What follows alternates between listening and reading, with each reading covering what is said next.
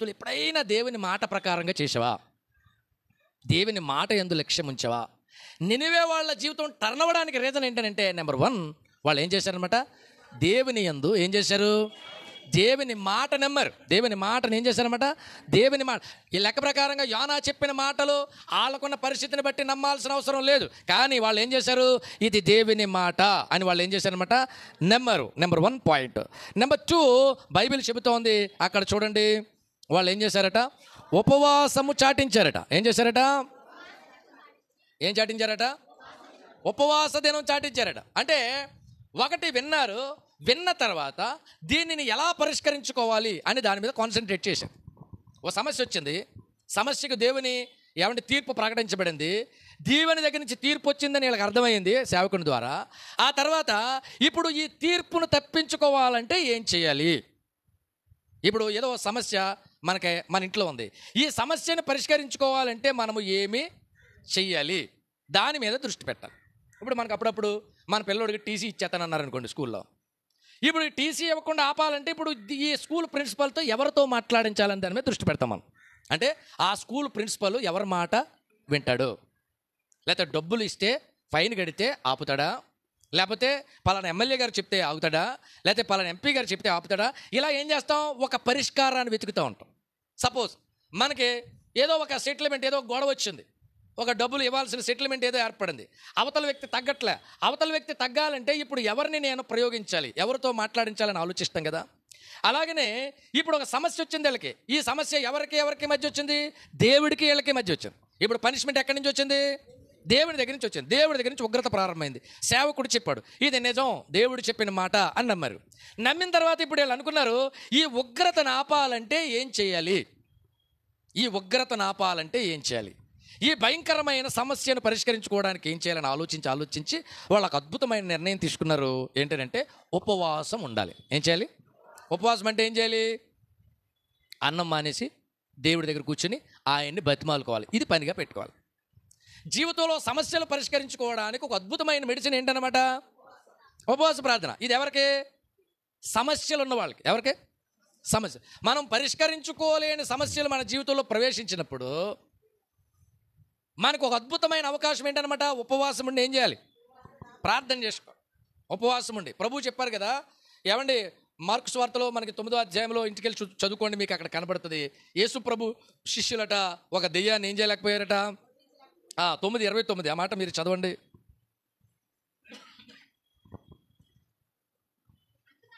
అందుకాయన ప్రార్థన వలననే గాని మరి దేని వలనైనను ఈ విధమైనది వదిలిపోవుట అసాధ్యమని వారితో చెప్పారు. యేసు ప్రభు శిష్యులు చాలా దెయ్యాలు వెళ్ళగొట్టారు, కానీ ఒక దెయ్యం ఏం చేయట్లేదట? పోవట్లేదు. ఎంత ప్రయత్నం చేసినా పోవట్లేదు. యేసు ప్రభు దగ్గర తీసుకొస్తే ఆయన దాన్ని వెళ్ళగొట్టాడట. వెళ్ళగొట్టిన తర్వాత ఈ శిష్యులో ఒక ప్రశ్న ఉండిపోయింది. వాళ్ళు అన్నారట, ప్రభువా మేము ఆ దెయ్యమును ఎంచేత వెళ్ళగొట్టలేకపోయాం అని అడిగితే అప్పుడు ఆయన అన్నారట, ఇది మామూలు దెయ్యం కాదురా, కొంచెం భయంకరమైన దెయ్యం. ఇలాంటిది పోవాలంటే మీరేం చేయాలి అంటే, వీళ్ళు ప్రార్థన చేస్తున్నారా లేదా? ప్రార్థన చేస్తున్నారు, రెగ్యులర్ ప్రేయర్ చేస్తున్నారు. కానీ ఇది పోవాలంటే ఏం చేయాలి? కొంచెం ఏం చేయాలన్నమాట? శక్తి సంపాదించాలి. కొంచెం శక్తిని సాధించాలి. శక్తిని సాధించాలంటే మీరేం చేయాలి? ఉపవాసం ఉండి ఏం చేయాలన్నమాట? ప్రార్థన చేయాలి. ఓ బలీయమైన కార్యం, ఓ బలీయమైన ఆటంకం మన జీవితంలో ఏర్పడినప్పుడు తొలగించుకోవాలంటే ఒక ఆప్షన్ ఏంటనమాట? ఉపవాసం ఉండి. కొన్ని సమస్యలు తీరవు కదా. ఇప్పుడు పిల్లోడు మారతలేదు, పాప మాట అంటలేదు, లేకపోతే కుటుంబంలో నెమ్మది లేదు, అప్పులు భయంకరమైపోయి, నీ శక్తి దాటిపోయి, నీ పరిస్థితులు దాటిపోయి, ఇక నీ చేతుల్లో ఏమీ లేదు. అప్పుడు ఏం చేయాలి? మన చేతుల్లో లేదు, మన స్థాయికి ఏమైపోయింది అనమాట? దాటిపోయింది, మన స్థాయికి మించిపోయింది. మన స్థాయికి మించిపోయినప్పుడు అప్పుడు మనం ఏం చేయాలి? ఇంకోటి చెప్పనా? మన స్థాయి మించిపోయిన సమస్యలు ఉన్నప్పుడు అన్నం తినబుద్ధి అవుద్దా? మీకు చూడండి, ఆనందం ఎక్కువగా ఉన్నా, బాధ ఎక్కువగా ఉన్నా అన్నం తినబుద్ధి అవుతుంది. బాగా ఆనందం ఉన్నా ఆకలేదు, బాగా బాధ ఉన్నా. చాలామంది వాళ్ళకున్న శ్రమలను బట్టి, కష్టాలను బట్టి అన్నం తిందామని పెట్టుకుంటారు, మళ్ళీ 2 ముద్దలు తిని ఏం చేస్తూ ఉంటారు? కడిగేస్తారు.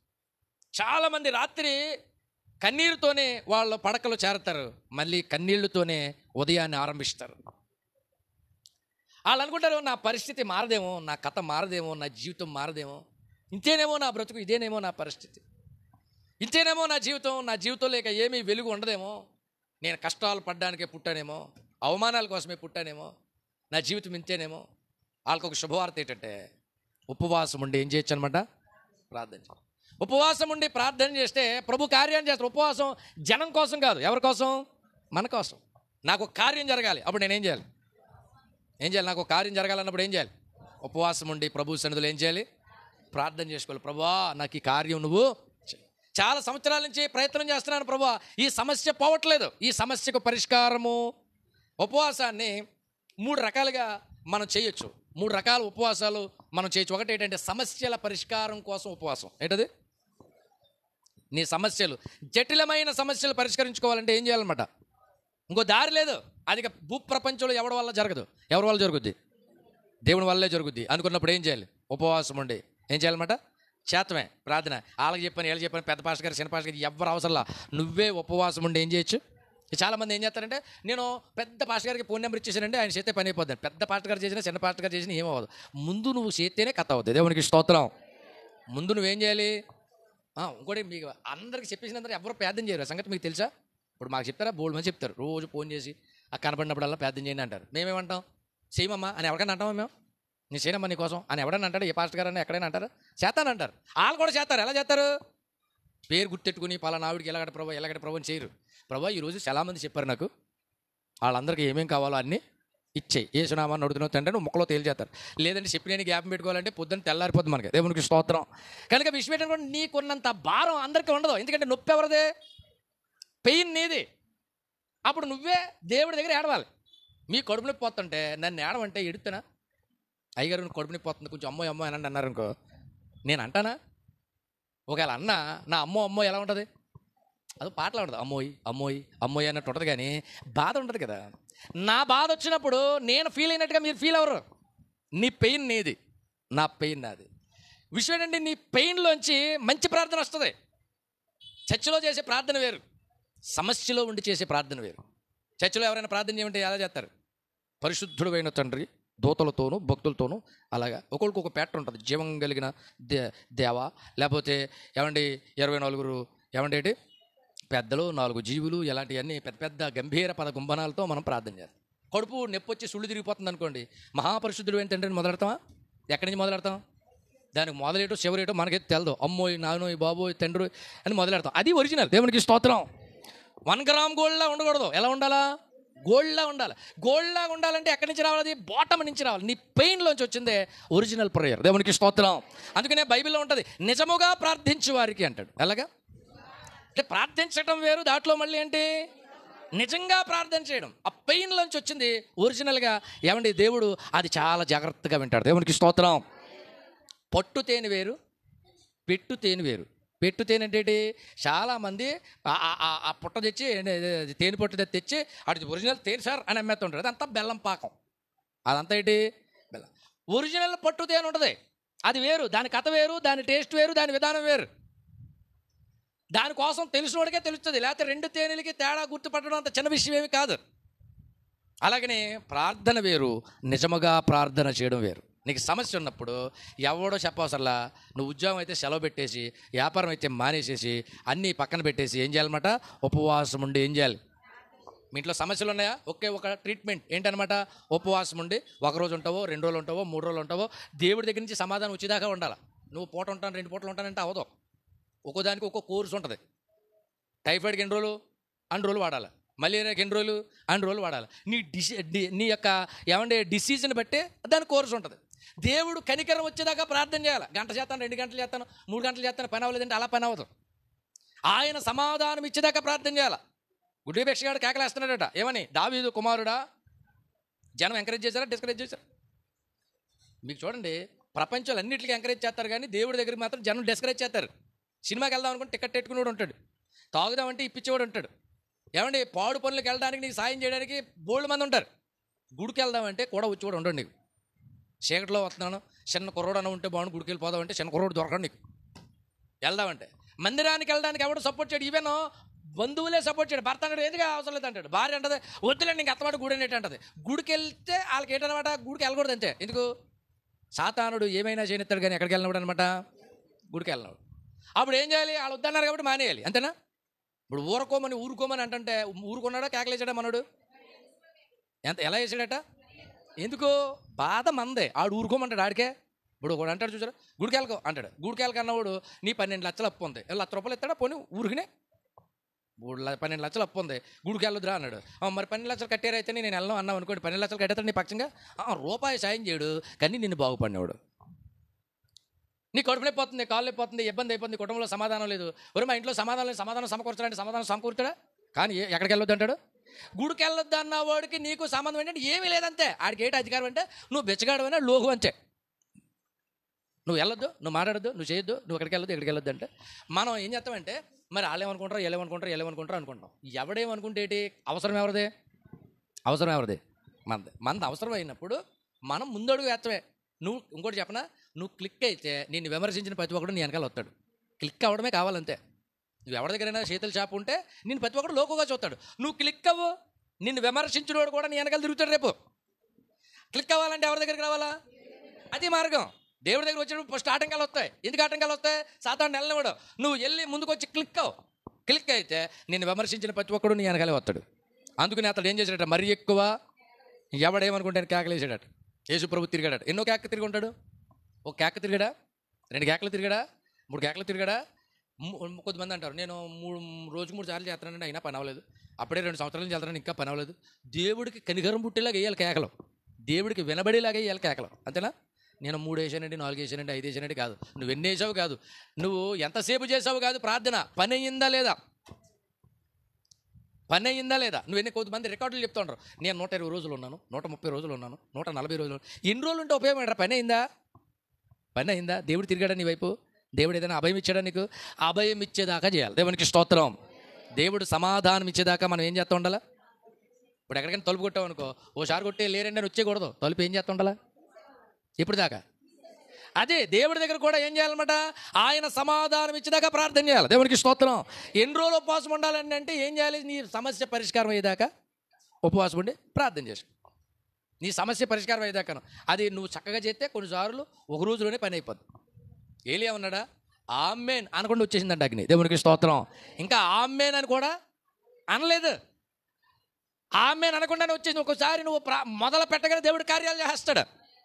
కొన్నిసార్లు కొంత టైము పడుతుంది. టైం పెట్టినా సరే నువ్వు ఏం చేయాలి? ఓపికగా ఏం చేయాలి? కానీ పెట్టి ప్రార్థన చేయాలి.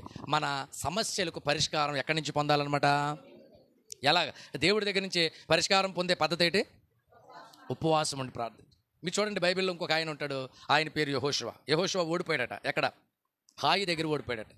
పెద్ద ఊరిలో గెలిచాడట, ఎరుకోలో గెలిచాడట. ఎక్కడ ఓడిపోయాడట? చిన్న పట్టణంలో ఓడిపోయాడట. ఓటమి అనేది మనిషికి ఏం తీసుకొస్తుంది? నిరాశ, సిగ్గు, అవమానం, నష్టం తీసుకొస్తుంది. ఏంటి? ఓటమి. ఎవడైనా ఓడిపోయినప్పుడు నేను ఓడిపోయాను అని రాయించుకుంటాడా? బోర్డులు ఎట్టుకుంటాడా? ఇప్పుడు ఎమ్మెల్యేగా పోటీ చేశారు అనుకోండి, నేను పలానా నియోజకవర్గంలో 10,000 ఓట్లతో ఓడిపోయానని ఎవడైనా పెక్సేస్తాడా? నెగ్గినోడు ఎత్తాడా? ఓడిపోయినోడు ఎత్తాడా? నెగ్గినోడే వేస్తాడు. నెగ్గితే అతిశయం వేరు. పరీక్షల్లో పాస్ అయ్యామనుకోండి, ఏం చేస్తాం? మన పిల్లోడు కనుక ఒకవేళ పాస్ అయ్యి స్టేట్ ఫస్ట్ వచ్చేసింది అనుకోండి, 10th క్లాసు, అడగనోడికి ఏం చేస్తాం? వాళ్ళు అడగసలేదు మనల్ని, మనమే రిజల్ట్స్ వచ్చినాయి చూసారా మీరు అంటాం. ఆడికి రిజల్ట్స్కి సంబంధం లేదు, కానీ మన లోపల తోడేస్తూ ఉంటుంది. అర్జెంటుగా వీడికి ఏదోలాగా ఏం చేయాలి? చెప్పేయాలి ఆ విషయం. రిజల్ట్స్ వచ్చినాయి అంటే మా వాడికి స్టేట్ ఫస్ట్ వచ్చిందిలే, చూసారా ఇవాళ పేపరు ఫస్ట్ పెట్టు మా వాడిదే, ఇవి చూడండి అని తీసి ఎవరికి మట్టుకాడితే స్టేటస్ల మీద స్టేటస్ లెటర్. మనోడు కానీ పోయాడు అనుకో పొరపాటుని, అప్పుడు ఎవరైనా వచ్చి అంటే మీ వాడు 10th కదా మరి రిజల్ట్స్ వచ్చినట్టు ఏంటంటే వచ్చినాయండి ఇంకా చూడలేదు బ్రదర్, ఆల్రెడీ చూసేసాం. కానీ చెప్పుకోవడానికి ఎలా ఉంటుంది మనకి? అవమానం, నష్టం, చాలా బాధ. ఓటమిని జీర్ణించుకోవడం చాలా కష్టం, చాలా వేదన.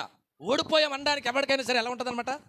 చాలా బాధగా ఉంటుంది. యెహోషువ కూడా ఓడిపోయాడు. యెహోషువ సైనికులు ఓడిపోయారు. 36 చచ్చిపోయారు. అక్కడ సైనికులు చచ్చిపోయారు.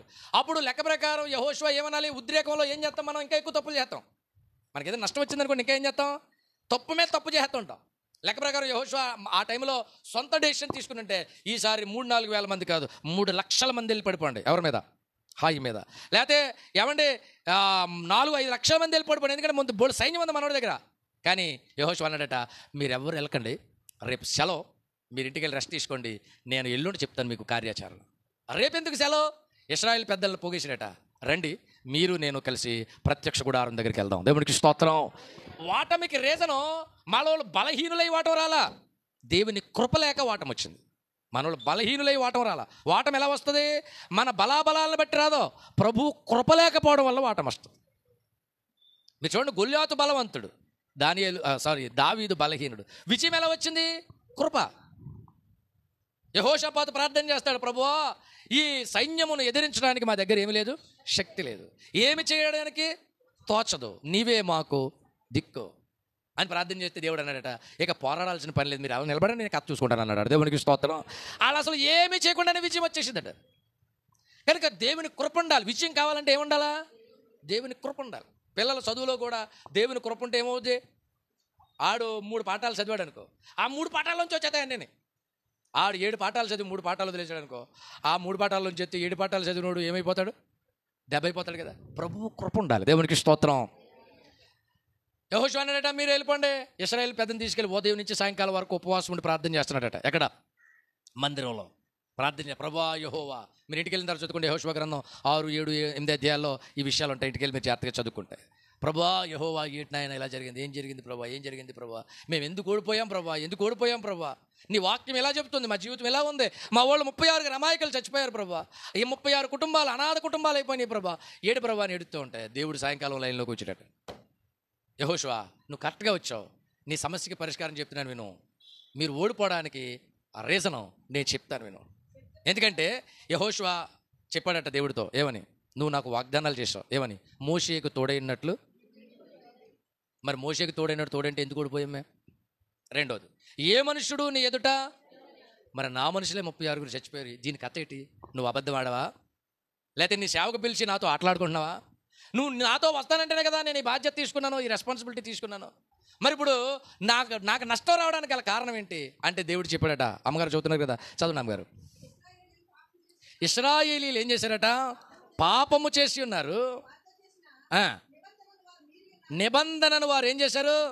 ఇశ్రాయేలీలు నెంబర్ 1 ఏం చేశారు? పాపం చేశారు. నెంబర్ 2 నిబంధనను. యెహోషువ నువ్వు తెలుసుకోవాల్సిన సంగతి ఏంటంటే, ఈ ఓటమి ఎందుకు వచ్చింది అంటున్నావు కదా, నీకు తెలదు దీని రహస్యం, ఇశ్రాయేలు కూడా తెలదు.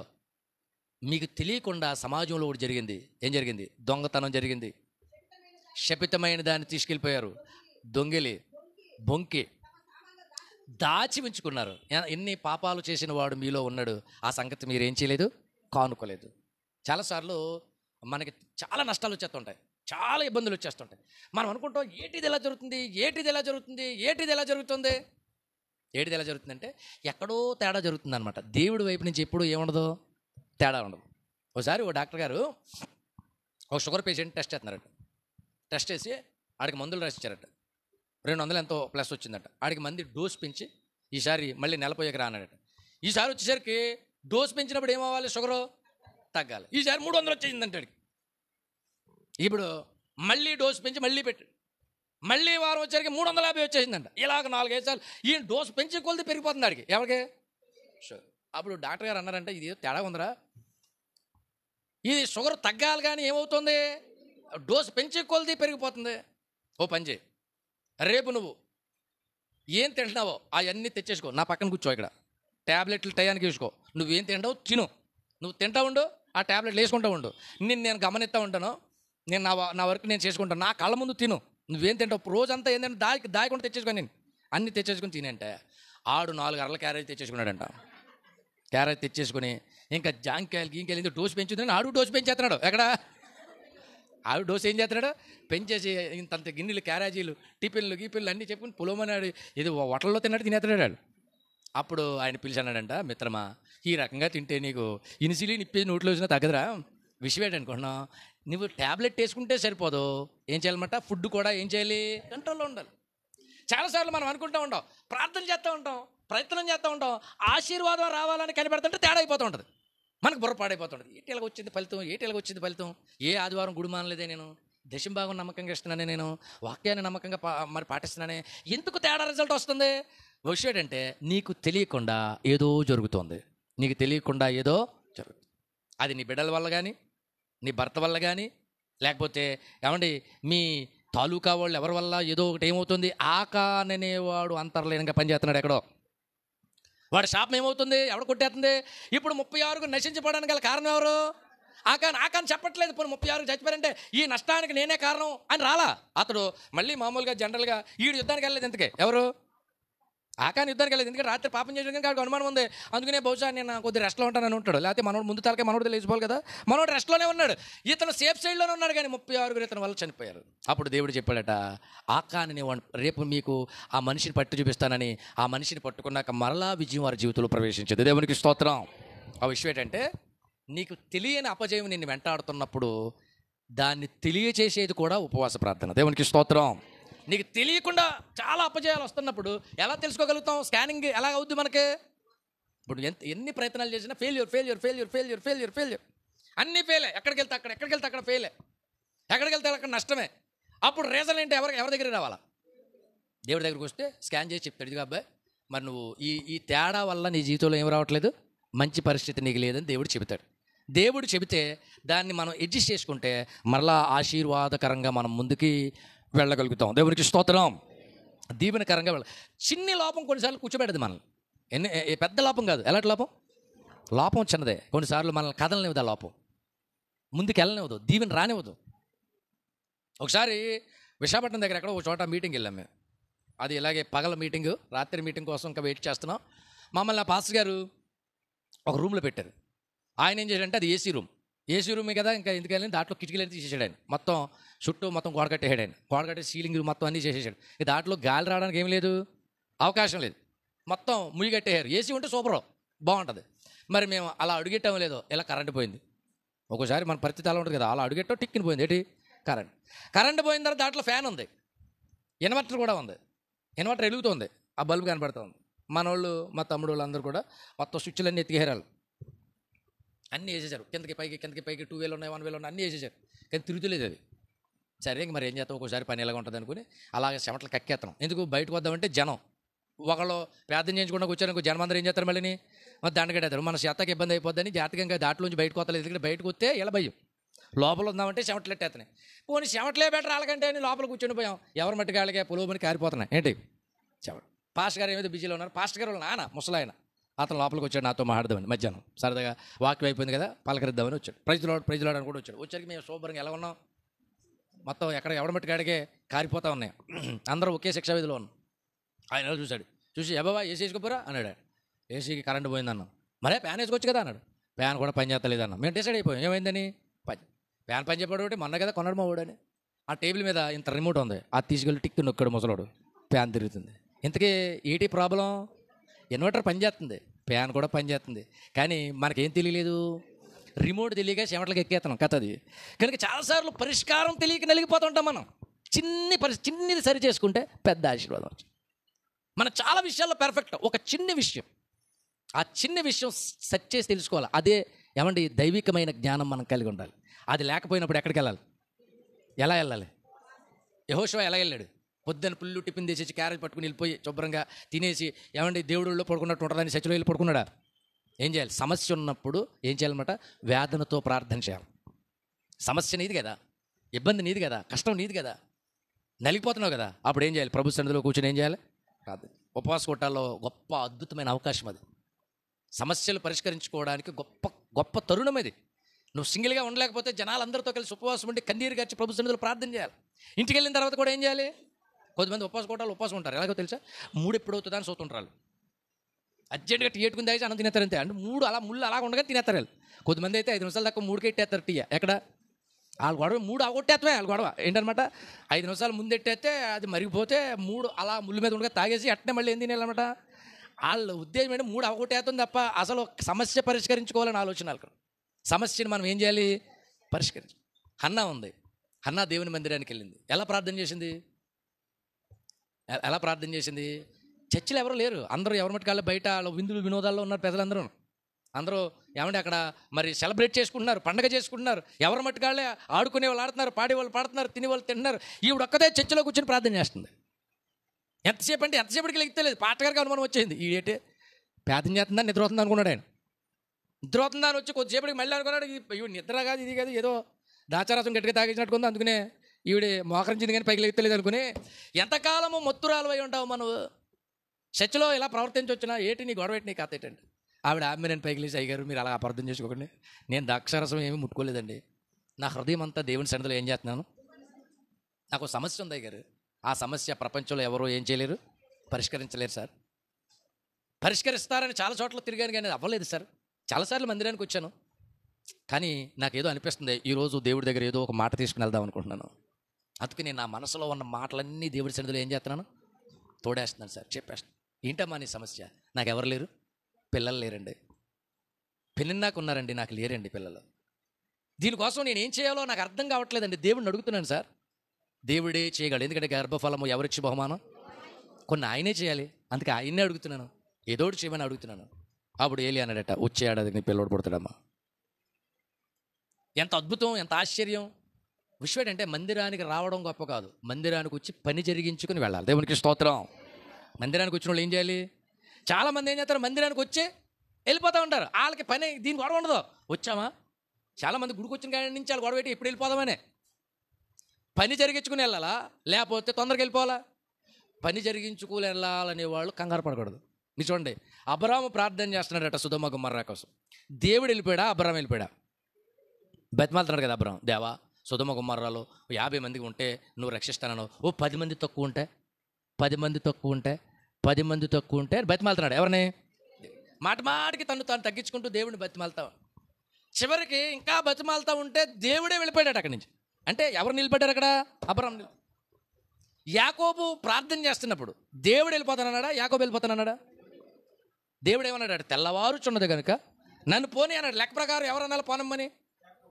ఎందుకంటే నలుగురు భార్యలు, ఏమండి పిల్లలు, వీళ్ళందరితో ఒక్కరోజు కూడా రెస్ట్ లేని జీవితం. ఎవరిది? యాకోబుది.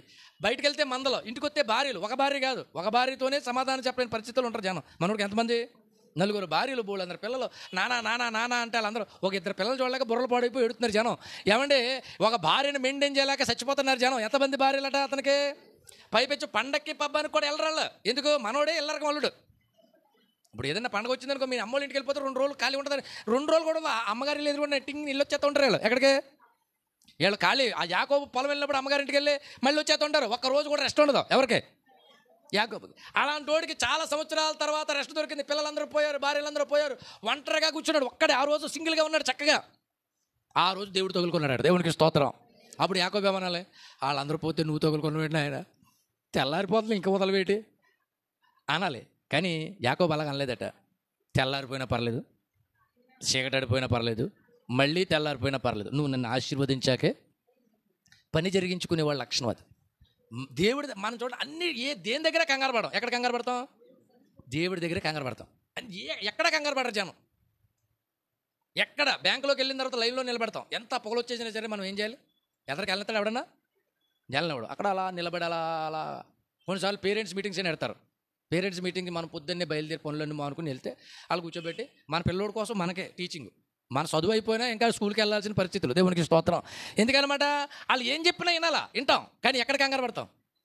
దేవుని సన్నిధిలో. దేవుని సన్నిధిలో కంగారు పడకూడదు, పని జరిగించుకోవాలంటే. దేవునికి స్తోత్రం. ఇప్పుడు కంగారుగా వెళ్ళి ఏం చేస్తాం? ఇంటికి వెళ్ళి ఇప్పుడు కంగారుగా వెళ్ళిపోయి ఏం చేస్తాం? ఇంటికి వెళ్ళి ఇప్పుడు అర్జెంటుగా మీరు వెళ్ళిపోయారు, ఏం చేస్తారు? అర్జెంటుగా వెళ్ళిపోయి టీ ఎట్టుకుని తాగేసి మళ్ళీ పడుకుంటారు, అంతేనా?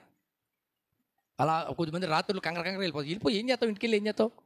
ఆ ఉండే 5 నిమిషాలు 10 నిమిషాలు దేవుడి మందిరంలో ఉంటే దేవుడు కనికరించి నీకు ఏదైనా సమాధానం ఇస్తే ఎంత దీవెనకరమైన పరిస్థితి అది, ఎంత ఆశీర్వాదకరమైన పరిస్థితి అది. ప్రియమైన మిత్రులారా, మనము పని జరిగించుకోవాలంటే ఏం చేయాలన్నమాట? ఒకటి, నినివే వారు చేసిన పని ఏంటంటే, ఒకటి దేవుని మాట యందు ఏం చేశారు వాళ్ళు? నెంబర్ 2 ఏం చేశారు? ఉపవాసం.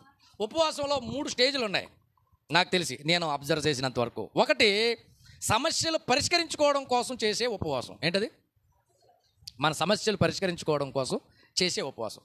మనం ఏదైనా సమస్య వచ్చినప్పుడు దాన్ని మనం ఏం చేయాలి? పరిష్కరించుకోవడం కోసం మనం చేసే కార్యం ఏంటనమాట? ఉపవాసం. ఇక రెండోది ఏంటంటే స్టేజ్ 2 ఉపవాసం. స్టేజ్ 1 ఉపవాసం నేను చెప్పాను కదా. స్టేజ్ 2 అంటే కొంచెం లెవెల్, ఎలిమెంటరీ స్టాండర్డ్ నుంచి ఇప్పుడు ఏ స్టాండర్డ్కి వెళ్ళాలి మనం? హై స్కూల్ స్టాండర్డ్ అనుకోండి. కొంచెం స్టాండర్డ్ పెరిగిన, కొంచెం స్థాయి పెరిగిన ఉపవాసం. సమస్యల కోసం ప్రార్థన చేసేవాడు కింద స్థాయి ఉపవాసమే చేస్తున్నాడు. ఆ రెండవ ఉపవాసం ఏంటంటే దేవునితో సహవాసం చేయడం కోసం చేసే ఉపవాసం. ఏంటది? అంటే ఓన్లీ అక్కడ ఏమి వాంటింగ్స్ ఏమి ఉండవు. దేవుడితో మనం ఏం చేస్తాం? జస్ట్ ఫెలోషిప్, సహవాసం. సహవాసం అంటే ఏంటి? ఉపవాసం అంటే అర్థం ఏంటి? అన్నపానాలు మానేసి దేవునితో కూర్చుని మాట్లాడుకోవడమే. ఇప్పటివరకు చెప్పుకున్న ఉపవాసం ఏంటి? ప్రభువా, నేను అపజయంలో ఉన్నాను, నన్ను నువ్వేం చేయాలి? విడిపించు. నేను నష్టంలో ఉన్నాను, నన్ను రక్షించు, నన్ను రిస్టోర్ చేయి, నాకు సహాయం చేయి, నాకు హెల్ప్ చేయి అని చేసే ఉపవాసం. ఇదేంటనమాట? మనం సెటిల్ అవ్వడం కోసం చేసే ఉపవాసం. ఇది కింది స్థాయి ఉపవాసం. దీనికంటే పై ఉపవాసం ఏంటనమాట? ఏం అడగవు. నన్ను విడిపించను కానీ, నన్ను రక్షించను కానీ, నాకు ఇది కావాలని కానీ, నేను ఈ ఫెయిల్యూర్లో ఉన్నానని కానీ అడగవు. ఎందుకంటే నువ్వు ఫెయిల్యూర్లో ఉండవు, నువ్వు నష్టంలో ఉండవు, నువ్వు ఇబ్బందుల్లో ఉండవు, నువ్వు అన్ని విషయాలు ఆశీర్వదించబడి ఉంటావు.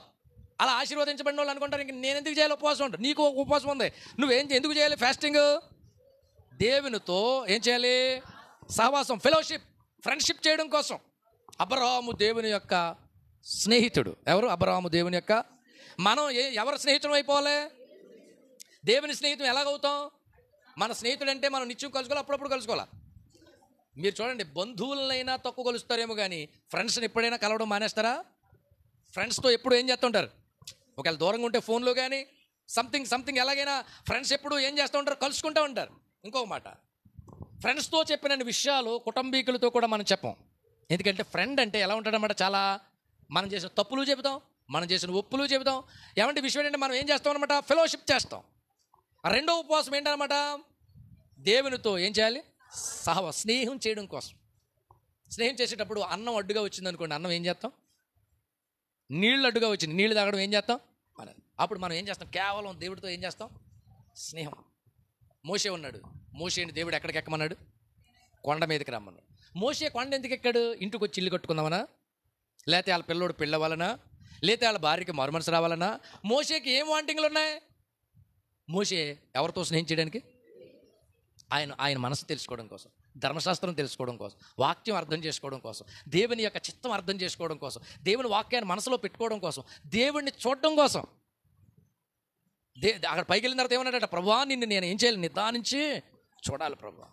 అంటే ఒకలాంటి స్పిరిచువల్ డిజైర్ పెరుగుతుంది అనమాట. మనకేం పెరుగుతుంది అనమాట? భౌతికమైన అవసరాల మీద తగ్గి ఆధ్యాత్మికమైన విషయాల మీద మనకేం పెరుగుతుంది? ఆసక్తి పెరుగుతుంది. మీరు చూడండి, భౌతికంగా భక్తి చేసేవాళ్ళు ఎప్పుడు కూడా ఏం కోరుకుంటారు? మంచి ఇల్లు కావాలి, మంచి కారు కావాలి, సమాజంలో స్థానం కావాలి, నేను అందరికంటే ఎక్కడికి వెళ్ళినా నన్ను ఏం చేయాలి? నలుగురు గుర్తుపట్టాలి. ఈ ఎంత ఏంటనమాట? లో క్లాస్ భక్తిది. హై క్లాస్ భక్తి ఏంటనమాట? మనం ఎవరితో ఫెలోషిప్ చేయాలా? దేవునితో. ఎవరితో? దేవునితో సహవాసం చేసేవాడు భౌతిక సంబంధమైన కీర్తిని కోరుకోడు.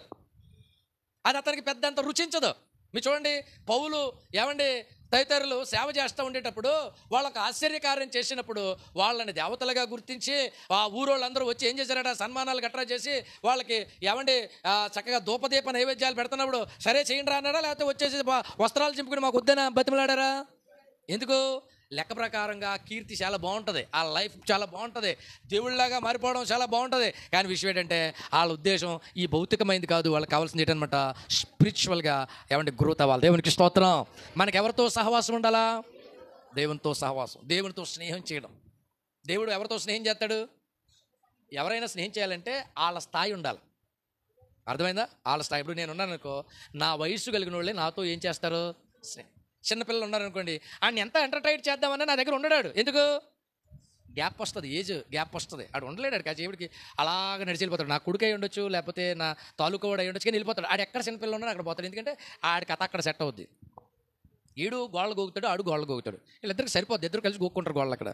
కానీ మనం ఏం చేస్తాం అండి? 24 గంటలు రే రే రే అని దండెత్తా ఉంటాడు, మన దగ్గర ఉండలేడు. గ్యాప్ ఉంటుంది కదా. అందుకనే మీరు చూడండి, చర్చిలో కూడా ఏ వయసు తగ్గ పిల్లలు ఆ వయసులో వాళ్ళతోనే స్నేహం చేస్తారు.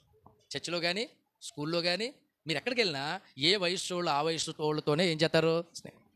ఇంకోటి, ఏ బుద్ధులు ఉన్నవాళ్ళు ఆ బుద్ధులు ఉన్న వాళ్ళతోనే స్నేహం చేస్తారు. మళ్ళీ తాగుబోతులు ఉన్నారనుకో, ఎవరితో స్నేహం చేస్తారు? ఆ ఊరు అల్లుడాడు నెంబర్ 1 తాగుబోతు. మనకి తెల్లవాళ్ళు అందరూ ఫ్రెండ్స్. అడిగి తెలుసా మీకు? తాగుబోతులు అందరూ ఆడికి ఎలా ఫ్రెండ్ అయిపోరు మనకి తెలదు. ఆడికి అయిపోతారు. ఎందుకనమాట? ఆ బ్యాచ్ అనుకోకుండా అలాగా ఏమైపోద్ది అనమాట, అలా సెట్ అయిపోద్ది. తాగుబోతులందరూ చోట చేరుతారు. ప్రార్థన చేసుకునే వాళ్ళందరూ స్కూల్స్లో కాలేజెస్లో కూడా సినిమాలకు పోయే బ్యాచ్ ఒకటి ఉంటుంది. వాళ్ళు అత్తమాటు గోడ దూకిసిపోతుంటారు. ఇటు వచ్చినాడు పొలాలు తినేసి బ్యాచ్ ఒకటి, తినిపోతే బ్యాచ్ ఒకటి ఉంటుంది. వాళ్ళు గోడ దూకేసి అత్తమాటు పొలకాలు తినేస్తుంటారు. వాళ్ళు ఎక్కడికి వెళ్ళి అయ్యి తినేసి వచ్చేస్తుంటారు సాయంకాలం ఎవరికి చెప్పకుండా.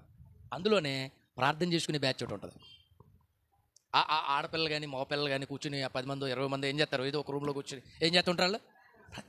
వాళ్ళకి చిన్నపిల్లలు కదా, వీళ్ళకి ప్రార్థన ఏంటంటే ఆ బ్యాచ్ అది, వాళ్ళకి ప్రార్థన చేసుకోవాలని కోరిక కలిగిన బ్యాచ్ అది. ఇప్పుడు దేవుడితో స్నేహం చేయాలంటే మన స్వభావం కూడా ఎలాంటిదై ఉండాలా? దేవుళ్ళాడిదై ఉంటేనే మనం అక్కడ ఉండగలం, లేకపోతే ఉండలేం. ఇప్పుడు దేవుళ్ళాడి స్వభావం లేకపోతే దేవుడితో కలిసి మనం ఏం చేయలేం. బైబిల్ చెప్తుంది ఏమండి ఇద్దరు ఏకీభవించకుండా వాళ్ళు కలిసి నడుస్తారా? సమ్మతించకుండా ఏకీభవించకుండా నడుస్తారా? ఇద్దరికి ఏం కలగాలి? సమ్మతి కలగాలి. మన టేస్ట్లు ఒకటై ఉండాలి, మన సబ్జెక్టులు కూడా ఏమై ఉండాలా? ఒకటై ఉండాలి. నీ సినిమా సబ్జెక్టు నాది సినిమా సబ్జెక్టు ఏకమవుద్ది.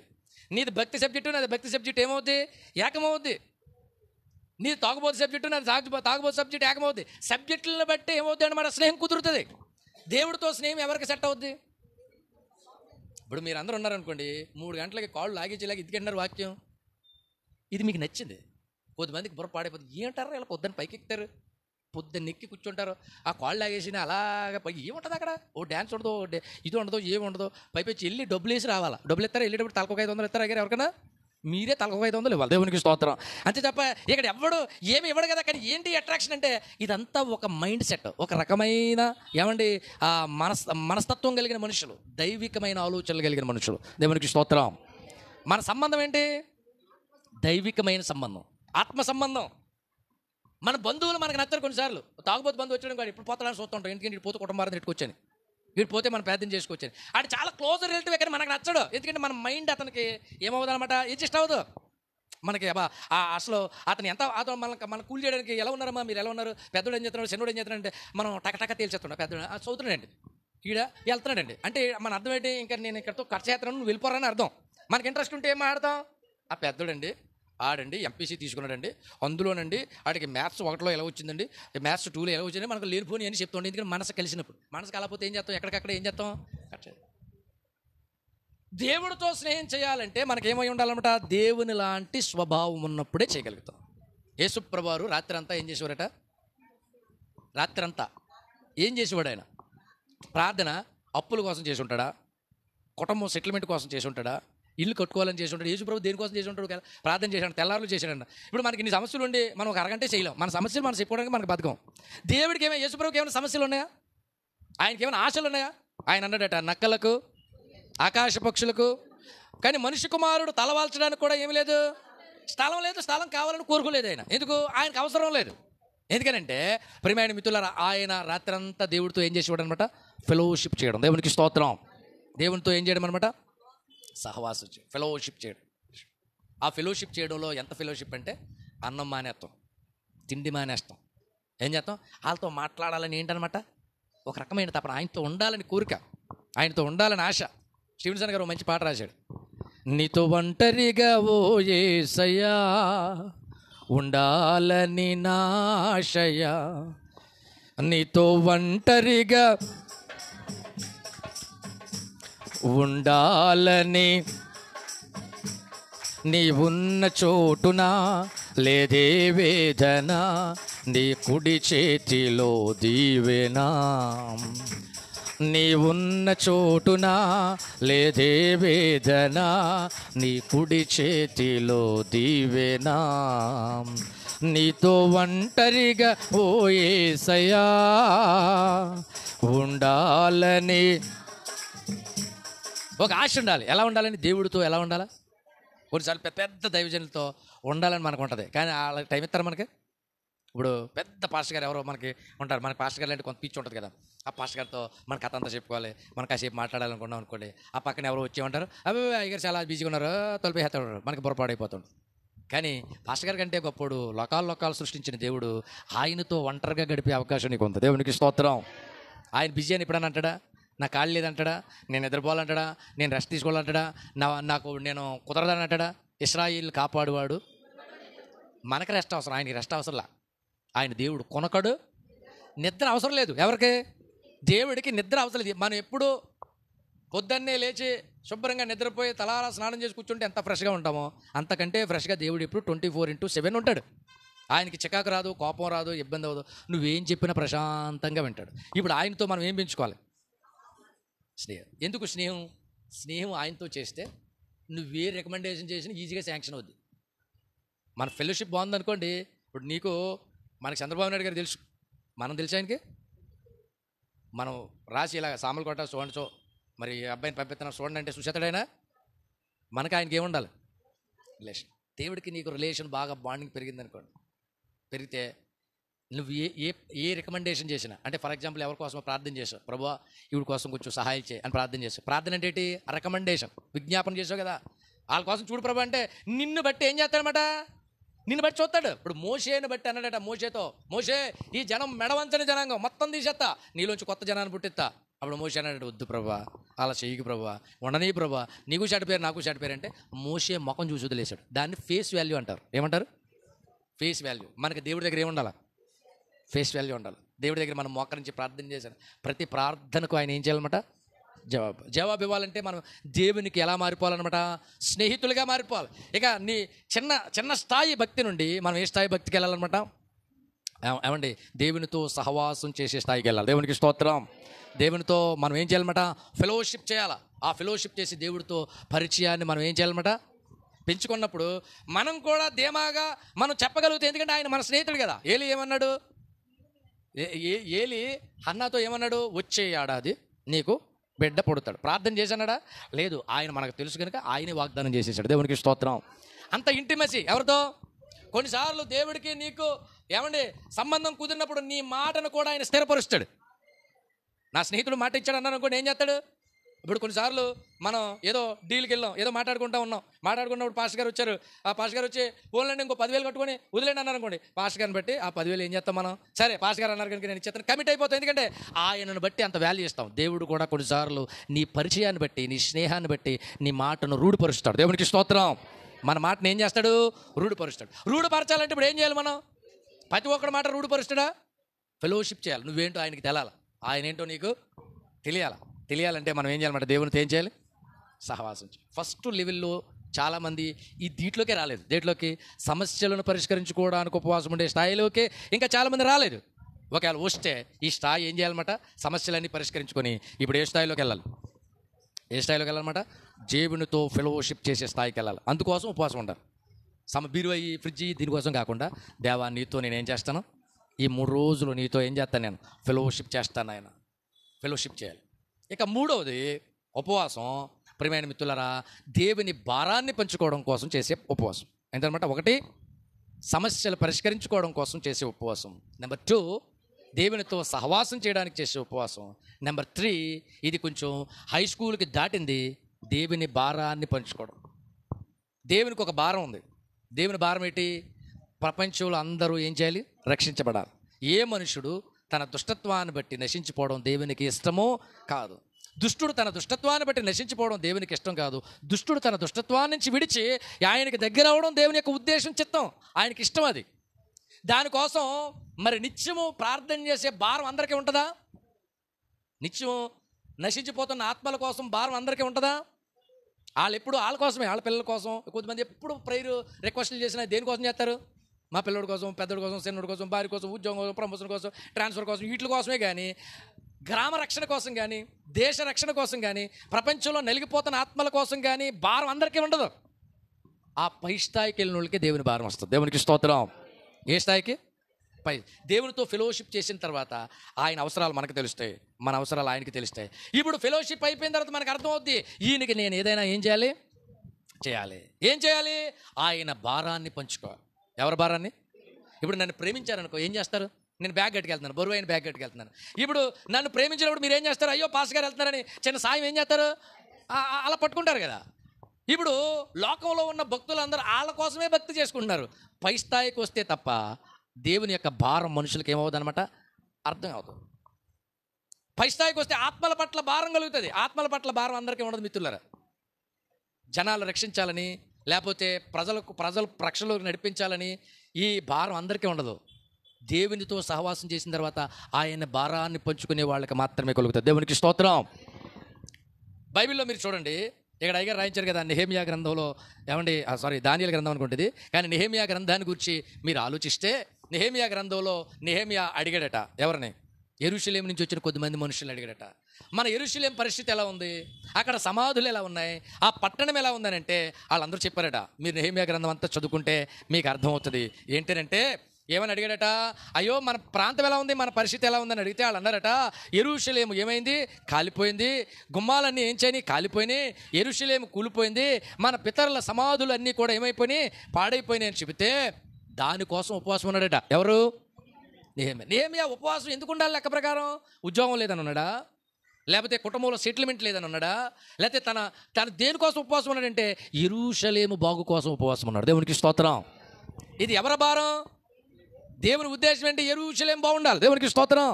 బైబిల్ చెప్తోంది, యెరూషలేమా నిన్ను ప్రేమించువారు వర్ధిల్లుతారు. ఎవరు ప్రేమిస్తారు? ఎవరు ప్రేమిస్తారంటే ఆయన భారం కలిగిన వారు యెరూషలేమును గూర్చి ఆలోచిస్తారు. ఇప్పుడు యెరూషలేం ఎలా పోతే పోనీ, వాళ్ళ పాప నాళ్ళే పోయారు. యెరూషలేములో తప్పు చేశారు కనుక దేవుడు శిక్షించాడు, అలాగే ఉండాలి అనుకోవడం ఒకటే. కానీ ఎందుకైనా పోయింది మరలా యెరూషలేం కట్టబడాలని యెరూషలేం కోసం విజ్ఞాపన చేసే జనం ఉన్నారు చూసారు, వాళ్ళు నిజంగా దేవుని భారాన్ని పంచుకునే మనుషులు. దేవునికి స్తోత్రం. బైబిల్ చెబుతుంది, ఇర్మియా అంటాడు, నా జనులలో హతులైన వారిని గూర్చి నా కన్నులు కన్నీటి ఓటగాను, నా తల జలమయముగాను మారునుగాక. అతను కన్నులు ఎలా మారిపోవాలట? కన్నీటి ఓటలంటే నీళ్ళు ఎప్పుడు ఏమవుతుండాలి? దేనికోసం? సమస్యల కోసం ఏడవడం వేరు, ఆత్మల భారం కోసం ఏడవడం వేరు. మిషనరీస్ మన దేశానికి వచ్చారు. ఒకప్పుడు చాలామంది వచ్చి చాలా పరిచర్య చేశారు. వాళ్ళకి కుదరని ఫుడ్ తిన్నారు, కుదరని సౌకర్యాలు లేని ప్రాంతాల్లో పడుకున్నారు. వాళ్ళ జీవితాన్ని అర్పణ చేసేశారు. ఎందుకో తెలుసా? ఆత్మల భారం. ఏం భారం? ఆత్మల. నశించిపో ఆత్మల పట్ల వాళ్ళకున్న ఆసక్తి ఈ రోజున ఏమి లేదు. నశించిపో ఆత్మల పట్ల మనకేమి లేదనమాట. మనం ఎలా బతకాలి అనే ఆలోచనే తప్ప నశించిపోతున్న ప్రజలను గూర్చి రవంతా కూడా భారము లేని మనుషులు ఏమండి ఈ రోజున మనకు కనబడతా ఉన్నారు. ఎందుకంటే వాళ్ళ ఉపవాసం కింద స్థాయి ఉపవాసమే, పై స్థాయి ఉపవాసంలోనికి వాళ్ళు ఏం చేయలేకపోతున్నారు అనమాట, లేకపోతున్నారు. మనం ఆ పై స్థాయి ఉపవాసంలోకి వెళ్ళాలి. మనం దేవుని భారాన్ని ఏం చేయగలగాలి? పంచుకోవాలి. ప్రభు ఉపవాసం ఉండే ఆత్మల రక్షణ కోసం ఏం చేయగలగాలి? ప్రార్థన చేయాలి. నశించిపో ఆత్మల కోసం ఏం చేయాలి? నీకు ఏ అవసరం లేదు, కానీ ఈ సామర్లకోట ప్రాంతం అంతా ఏం చేయబడాలి? రక్షించబడాలి.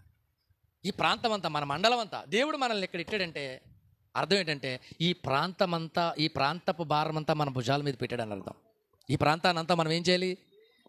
బైబిల్లో పౌలు అంటాడు, అయ్యో నేను స్వార్థ ప్రకటించకపోయిన ఎడల నాకు శ్రమ. అతను ఏమంటాడు? నేను సౌఖ్యంగా ఉందని స్వార్థ ప్రకటించడం మానేయకూడదు, నేను స్వార్థ ప్రకటిస్తూనే ఉండాలి. అనేక మందిని క్రీస్తు సంఘంలోనికి నేను ఏం చేస్తూ ఉండాలి? చేరుస్తూనే ఉండాలి. రోమీయులకు రాస్తూ అంటాడు, నేను యూదులకును గ్రీసు దేశస్తులకును ఏమండి అందరికీ నేను ఎవరిని రుణస్థుడు అంటే రుణం అంటే ఏంటి? బాకీ. రుణం అంటే ఏంటి? బాకీ. నేను స్వార్థ చెప్పాల్సిన బాధ్యత నా మీద ఉంది. వీళ్ళందరికీ స్వార్థ చెప్పడానికి నేను బాకీ పడిపోయాను. మీ ఊరోళ్ళకి నువ్వు బాకీ ఉన్నావు, మీ వీధిలో వాళ్ళకి నువ్వేమన్నావు? బాకీ ఉన్నావు, మీ ప్రాంతం వాళ్ళకి నువ్వేమన్నావు? బాకీ ఉన్నావు. నువ్వు రక్షించబడి నువ్వు ఒక్కదానివే పరలోకి వెళ్ళిపోదాం అనుకోకూడదు. ఆత్మల పట్ల ఏముండాలన్నమాట? భారం ఉండాలి. ఈ భారం ఉండి ఉపవాసం ఉండి చూసారు, ఇది ఉన్నత స్థాయి ఉపవాసం. దేవునికి స్తోత్రం. ఇది ఉన్నత స్థాయి ఉపవాసం. మనం ఏం చేయాలన్నమాట? భారం కలిగిన వారమై నెహెమ్యాలాగా దేనికోసం? మన సొంత విషయాలు కాకుండా సార్వత్రిక సంఘ నిర్మాణం కోసం మనం ఉపవాసం ఉండి ప్రార్థన చేయగలగాలి. దేవునికి స్తోత్రం. సార్వత్రిక సంఘ నిర్మాణం కోసం, వధువు సంఘం కోసం మనం ఏం చేయాలన్నమాట? కాంట్రిబ్యూట్ చేయాలా.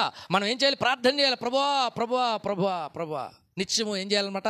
వేదనతో మనం ఏం చేయాలి? ఇర్మియా విలాప ప్రవక్త అంటారు. అతను ఏడ్చింది అతని కోసం కాదు, జనుల రక్షణ కోసం. పౌలు అంటాడు, సాధ్యమైతే నేను నా వారిని సంపాదించుకోవడం కోసం క్రీస్తు నుండి వేరే శాపగ్రస్తుడనవుదును అంటాడు. అంటే నా జనమందరూ రక్షించబడాలని ఒక తృష్ణ ఉండాలి. నీ జాతీయులందరూ రక్షించబడాలని, నీ ప్రాంతం వాళ్ళందరూ రక్షించబడాలని, నీ వారందరూ రక్షించబడాలని ఒక కోరిక ఉండాలి. ఆ భారం అందరికీ రాదు. ఎవరికి వస్తుంది అనమాట? ఈ లెవెల్ దాటి వెళ్ళినోళ్ళకి వస్తుంది. దేవునికి స్తోత్రం. ఈ స్థాయి దాటి వెళ్ళినోళ్ళకి వస్తుంది. బైబిల్ చెబుతా ఉంది, నినివే వారు ఏం చేశారట? ఒకటి, వాళ్ళు దేవుని మాటల యందు ఏం చేశారు? విశ్వాసం ఉంచారు. రెండవది ఏం చేశారన్నమాట? ఉపవాసం ఉన్నారు. తర్వాత మీరు చూడండి, బైబిల్ గ్రంథంలో చూస్తూ ఉంటే అక్కడ ఒక మాట కనబడుతుంది. ఉపవాసం ఉండి ఆ తర్వాత వాళ్ళు 6వ వచనం, ఆ సంగతి నినివే రాజుకు వినబడినప్పుడు అతడును తన సింహాసనం మీద దిగి తన రాజవస్త్రములు తీసివేసి గోనె పట్ట పట్టుకొని ఏం కట్టుకున్నారట? ఏ పట్ట? గోనె పట్ట కట్టుకోవాలి. గోనె పట్ట కట్టుకోవడం అంటే అర్థం ఏంటంటే నీకున్న పరిస్థితిని ప్రభువుకి తెలియచేయాలి. కొంతమంది ఏం చేస్తారో తెలుసా? వాళ్ళు వేదనలో ఉన్నట్టు ఉండరు, నటించేస్తూ ఉంటారు. లోపలేమో భయంకరమైన గోనెపట్ట కథ ఉంటుంది, పైకి మాత్రం రాజవస్త్రాలు వేసుకుని ఏం చేస్తూ ఉంటారు? బాగోకపోయినా బాగున్నట్టు నటించేస్తారు. బాగోకపోయినా ఎలాగా? మనోళ్ళు అంటారు చూసారా, ఇంట్లో ఏగల మోత, బయట పల్లకి మోత. బయట ఏమో ఒక రకంగా, ఇంట్లో ఒక రకంగా. ఇంట్లో తినడానికి తిండి ఉండదు, కట్టుకోవడానికి వస్త్రాలు ఉండవు, సమాధానం ఉండదు. బయట మాత్రం వచ్చి మనమే తీర్పరలాగా ఊరంతా తిరిగేస్తూ ఉంటాం. విషయం ఏంటంటే ప్రియమైన మిత్రులు, వాళ్ళట గోనెపట్ట కట్టుకున్నారట. ఏం కట్టుకున్నారట? గోనెపట్ట కట్టుకొని వాళ్ళు దేవుడికి చెప్తున్నారట. ఎందుకంటే గోనెపట్టను కట్టుకునే విధానం మీరు ధ్యానం చేస్తే, ఉపవాసం ఉన్న ప్రతి ఒక్కడు ఏం కట్టుకుంటాడు? విచారంలో ఉన్న ప్రతి ఒక్కడు ఏం కట్టుకుంటాడు? కనుక ఉపవాసం ఉన్నప్పుడు మనం ఏం చేయాలన్నమాట, మన వస్త్రధారణ కానీ మన పరిస్థితి కానీ ఉపవాసం ఉండడానికి తగ్గట్టుగా ఉండాలి. ఉపవాసం ఉండడానికి తగ్గట్టుగా ఉండాలి. గోనెపట్ట కట్టుకున్నారట. తర్వాత వాళ్ళు చేసిన కార్యక్రమాల్లో ఇంకొక కార్యక్రమం ఏంటంటే, మీరు చూస్తూ ఉంటే చివరిగా ఈ మాటలు చెప్పి నేను ముగించేస్తాను, జాగ్రత్తగా మీరు వినండి. 9వ వచనం. మనుషులందరూ తమ దుర్మార్గములను విడిచి తాము చేయు బలాత్కారమును మానివేయవలను. ఏంటి? జాగ్రత్తగా వినండి. ఇప్పుడు వాళ్ళు ఒక డెసిషన్ తీసుకున్నారట. ఏంటంటే, 1 ఆయన మాట నమ్మారు, 2 ఉపవాసము ఉన్నారు, 3 గోనెపట్ట కట్టుకున్నారు, 4 ఏం చేశారట? ఓ నిర్ణయం తీసుకున్నారట. మనం చేసే దుర్మార్గతను ఏం చేయాలి? మానేయాలి. బలాత్కారాన్ని ఏం చేయాలి? మానేయాలి. ఉపవాసం ఉండి అన్నం మానేసి నీ దుర్మార్గం మానపోతే పని అవ్వదు. కొద్దిమంది అన్నం మానేస్తారు కానీ ఏం మానరు? దుర్మార్గం అంటే అర్థం ఏంటి? మంచి మార్గం కాని దానికి వ్యతిరేకమే ఏంటి? దుర్మార్గం. చాలామంది భక్తి చేస్తారు కానీ వాళ్ళ దుర్మార్గాలు మాత్రం ఏం చేయరు? మానరు. భక్తి చేసేటప్పుడు నువ్వు దుర్మార్గాన్ని విడిచిపెట్టాలి. దుర్మార్గం అంటే దేవుడికి నచ్చని మార్గమే దుర్మార్గం. మంచి మార్గంలో ఉండాలి. దేవుళ్ళలోకి రావడం అంటే అర్థం ఏంటి? జక్కయ్య వచ్చినాడు, ఏం చెప్పాడు? ఇదిగో ప్రభువా, నా ఆస్తిలో సగం ఎవరికి ఇస్తున్నాను? ఎవరి దగ్గరైనా అన్యాయంగా తీసుకుంటే అతనికి ఎన్ని రెట్లు ఇస్తాను అంటే, ఇప్పుడు దుర్మార్గంలోంచి ఏ మార్గంలోకి వచ్చాడు? కొంతమంది ఏంటంటే భక్తి చేద్దామని భక్తిలోకి వస్తారు కానీ దుర్మార్గాలను ఏం చేయరు? విడిచిపెట్టరు. వాళ్ళు భయంకరమైన పనులు మానరు. అన్నం మానేసాం అనుకుంటారు, అన్నం మానేస్తే పని అయిపోదు, వీటిని కూడా చేయాలి. డాక్టర్ గారు 4 టాబ్లెట్లు రాశారనుకో, దాంట్లో 2 వేసుకుంటే 2 మానేస్తే పని అవుద్దా? అన్నీ వాడాలి. ఇప్పుడు అన్నం మానేసావు కరెక్టే, గోనెపట్ట కట్టుకున్నావు కరెక్టే, దేవుని మాట నమ్మావు కరెక్టే. నమ్మిన నువ్వు నేను దుర్మార్గాన్ని విడిచిపెట్టామా? ఇంట్లో నువ్వు ప్రవర్తించే తీరు ఎలా ఉంది? కొన్నిసార్లు భక్తులే అత్త కోడలకి ఏమవుతావు? పడుతుందా? అత్తగారు ఆవిడ మొక్కలెత్తే తెల్లారి దాకా లేగదు, కోడలు ఈవిడ వాక్యం చెప్తే మధ్యాహ్నం దాకా వదలదు. కానీ వీళ్ళిద్దరికి ఏమొచ్చేస్తుంటాయి? వాళ్ళిద్దరిని మనం ఇంటర్వ్యూ చేస్తే అంటారు, నేను మా అమ్మాయిని చూసినట్టు చూస్తున్నానని అంటది. ఎవరు? అత్తగారు. కోళ్ళు ఏమంటది? మా అమ్మని కూడా చూడండి గారు అలా చూస్తాను అంటది. మరి ఇద్దరు అలా చూస్తే తేడా ఎక్కడి నుంచి వస్తుందంటారు? ఆ విషయం ఏంటంటే దుర్మార్గాన్ని విడిచిపెట్టలేదు. ఏం విడిచిపెట్టలేదు? మనం ఏం విడిచిపెట్టాలి? దుర్మార్గాన్ని విడిచిపెట్టాలి. చర్చిలో విశ్వాసులు మంచి అభిప్రాయం కలిగి ఉండాలి. ఎవరి మీద? పాస్టర్ గారి మీద. కొద్దిమంది ఎప్పుడు పాస్టర్ గారి మీద చెడు చెప్పి విశ్వాసులు ఉంటారు. విషయం ఏంటంటే ప్రియమైన మిత్రులారా, జాగ్రత్తగా వినండి. మన ఆలోచనలు ఎలా ఉండాలన్నమాట? దుర్మార్గంగా ఉండకూడదు. ఒకవేళ ఉంటే వాటిని ఏం చేయాలి? 2, బలాత్కారాన్ని విడిచిపెట్టాలి. బలాత్కారం అంటే అర్థం ఏంటి? ఎవడికి బలం ఉంటే అదే న్యాయం. అర్థమైందా? న్యాయం కాదు అక్కడ. ఏంటనమాట? బలం ఉన్నవాడిదే రాజ్యం. ఇప్పుడు ఈ వీధిలో మీ వాళ్ళు ఎక్కువ మంది ఉన్నారనుకోండి, అర్జెంటుగా దడిగడేస్తామే. దేనికి? రోడ్డుకి అడ్డంగా యాన్ అడిగితే కొడేస్తాం. ఎందుకనమాట? మనకి బలం ఎక్కువ ఇక్కడ. దాన్నే బలాత్కారం అంటారు. నీ దగ్గర డబ్బులు ఎక్కువ ఉన్నాయి, న్యాయాన్ని న్యాయంగా ఏం చేయడం? బలాత్కారం అంటే ఏంటనమాట? నీకు బలం ఉంది కనుక బలహీనుని తొక్కేస్తావు. ఆ విషయం ఏంటంటే బలహీనుని తొక్కేస్తే దేవుడు బలహీనుడిని బలవంతుణ్ణి చేసేస్తాడు. అర్థమైందా? ఎంతో కాలం తొక్కలేవు నువ్వు, ఎంతో కాలం బలహీనుని అనచలేవు. బలహీనుడు మరలా ఏమవుతాడు? బలవంతుడు అవుతాడు. మనకు సామెత ఉంటుంది కదా, బళ్ళు ఏమవుతాయి, వాళ్ళు ఏమవుతాయి, బళ్ళు అవుతాయి. కనుక బలహీనుడిని నువ్వు ప్రేమతో చూడాలి. వాక్యం ఏం చెబుతోంది? నీలో పరదేశిని నువ్వేం చేయాలి? కనికరించాలి. నువ్వు ఒకప్పుడు ఎలా ఉన్నావు? పరదేశిగా ఉన్నావు కనుక పరదేశి నువ్వేం చేయాలి? కనికరించాలి. దిక్కుమాలలో నువ్వేం చేయాలి? జాలిగా చూడాలి. అంతే తప్ప నువ్వు బలం ఉంది కదని ఎలా పడితే అలా ప్రవర్తించకూడదు. బలాత్కారాన్ని విడిచిపెట్టాలి. ఏం చేయాలి? ఈ కార్యక్రమాలని చాటింపేసి వాళ్ళు నిర్ణయించుకున్నారట. ఇప్పుడు వాళ్ళు 5 కార్యక్రమాలు చేశారు. 1, దేవుని యందు ఏం చేశారు? విశ్వాసం ఉంచారు. తర్వాత ఉపవాసం ఉన్నారు, గోనెపట్టు కట్టుకున్నారు, దుర్మార్గాన్ని విడిచిపెట్టారు. బలాత్కారాన్ని విడిచిపెడితే దేవుడు వెంటనే కనికరించి 3:10 చెబుతున్నాడు. తాను పశ్చాత్తాప్తుడై, మళ్ళీ చదవండి 3:10.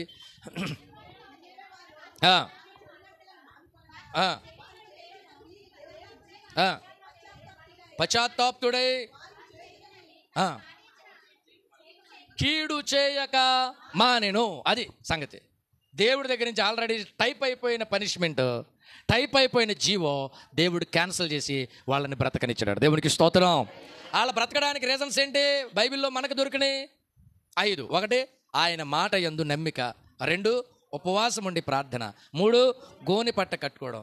4, వారు దుర్మార్గతను విడిచిపెట్టడం. 5, బలాత్కారాన్ని విడిచిపెట్టడం. ఈ 5 పనులు మనం కూడా చేస్తే ఒకవేళ దేవుని ఉగ్రత ఏదైనా ఉంటే మనం ఏం చేయొచ్చు అనమాట, ఎస్కేప్ అయ్యే అవకాశం ఉంది. ఇది నినివే పట్టణపు వారు మనకు నేర్పిన పాఠం. కనుక మనం కూడా చక్కగా మంచిగా భక్తి చేసి మంచి రిజల్ట్ పొందుదాం. దయచేసి అందరూ తలలు వంచండి, కళ్ళు మూసుకోండి, చిన్ని మాట ప్రార్థన చేద్దాం. Praise the lord, praise the lord, praise the lord, praise the lord.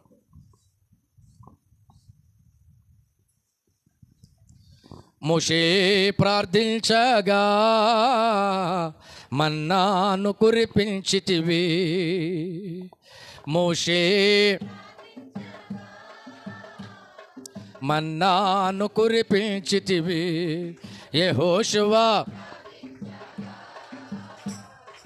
Surya చంద్రుల నాపితివి.